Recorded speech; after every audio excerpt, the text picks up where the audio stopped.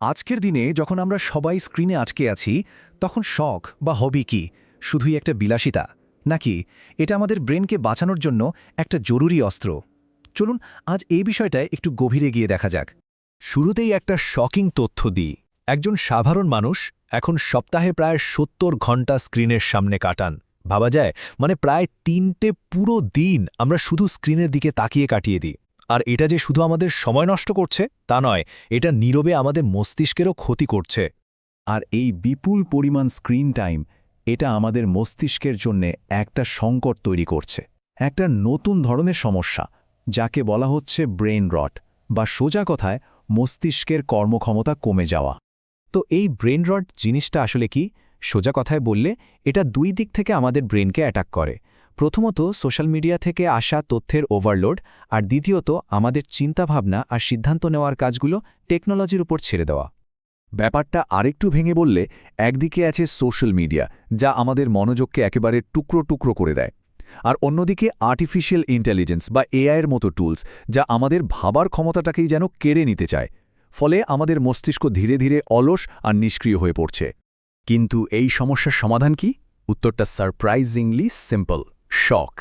হ্যাঁ, শখই হতে পারে আমাদের ব্রেনের জন্য সেরা রিহ্যাব। ব্যাপারটা অনেকটা এরকম। ভাবুন তো, যদি একটা হাতকে ৬ মাস প্লাস্টার করে রাখা হয়, কি হবে? মাসেলগুলো একদম অকেজো হয়ে যাবে, তাই না? ব্যবহার না করার ফলে আমাদের ব্রেনের অবস্থাও ঠিক তাই হয়। আর শখগুলোই সেই অকেজো হয়ে যাওয়া মাসেলগুলোকে সারিয়ে তোলার মতো কাজ করে। আসল কথা হলো, আরাম করে বসে থাকলে আমাদের ব্রেন কিছুই শেখে না। ব্রেন তখনই শেখে যখন নতুন কোনো চ্যালেঞ্জ আসে, যখন বাস্তবতা আমাদের অবাক করে দেয়। আর শখ ঠিক এই কাজটাই করে, আমাদের কমফোর্ট জোনের বাইরে নিয়ে যায় আর মস্তিষ্ককে নতুন করে ভাবতে শেখায়।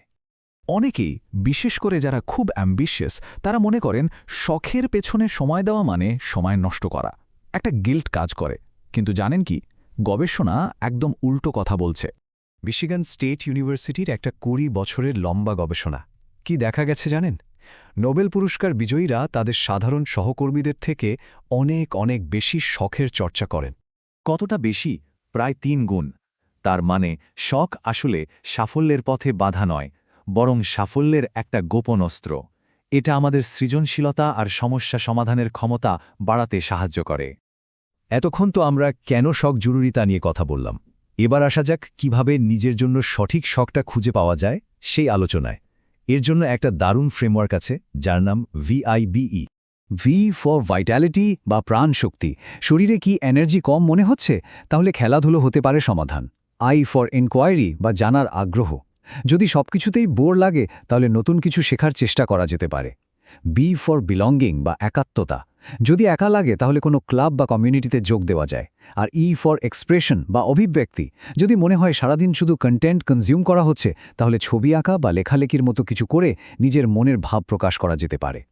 শুরু করার জন্য একটা সহজ নিয়ম আছে, রুল অফ 3। মানে কোনো একটা শখ পছন্দ করে কোনো রকম চাপ না নিয়ে শুধু ৩ বার চেষ্টা করে দেখুন। ভালো লাগলে তবেই সেটা চালিয়ে যাওয়ার কথা ভাবা যাবে। তবে সবথেকে জরুরি যে বিষয়টা, সেটা হলো মানসিকতা। শখটা যেন আনন্দের উৎসটাকে আর একটা কাজের চাপ না হয়ে দাঁড়ায়, সেই দিকে খেয়াল রাখাটা খুব জরুরি। নিজেকে শুধু একটা প্রশ্ন করতে হবে, এই শখটা কার জন্য? আমার নিজের জন্য নাকি অন্য কাউকে দেখানোর জন্য? যখন শখটা নিজের জন্য, তখন সেটা আনন্দ দেয়, এনার্জি ফিরিয়ে আনে। আর যখনই সেটা অন্যদের দেখানোর জন্য হয়ে যায় বা একটা প্রতিযোগিতায় পরিণত হয়ে যায়, তখন তা একটা পারফরম্যান্সের বোঝা হয়ে দাঁড়ায় আর সব আনন্দ মাটি হয়ে যায়। কিভাবে শখটাকে খেলার মতো রাখবেন? সহজ কয়েকটা উপায় আছে। যেমন সঙ্গে সঙ্গে সোশ্যাল মিডিয়ায় পোস্ট করার জন্য ছবি তুলবেন না। কতক্ষণ করলেন তার চেয়েও জরুরি হলো কেমন অনুভব করলেন। আর শুরুটা করুন সাধারণ সস্তা জিনিসপত্র দিয়ে। মূল লক্ষ্য হলো আনন্দ পাওয়া, পারফর্ম করা নয়।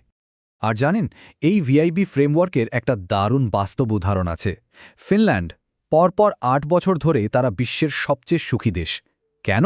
কারণ তাদের সংস্কৃতিটাই এই ৪টে স্তম্ভের উপর দাঁড়িয়ে আছে: প্রকৃতি, নতুন কিছু শেখা, কমিউনিটি এবং সৃজনশীলতা। একটা পুরনো গল্প আছে ৩ পাথর শ্রমিকের। প্রথম দুজন বলছিল তারা পাথর ভাঙছে বা টাকা কামাচ্ছে। কিন্তু তৃতীয়জন কি বলেছিল জানেন? সে বলেছিল, আমি একটি ক্যাথিড্রাল বানাচ্ছি। দৃষ্টিভঙ্গির এই পার্থক্যটাই আসল।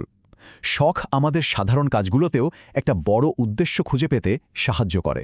শেষ করার আগে এই প্রশ্নটাই ভাবার জন্য রইল, জীবনটা কি শুধুই কিছু পাথরের স্তূপ, নাকি একটা সুন্দর ক্যাথেড্রাল বানানোর সুযোগ?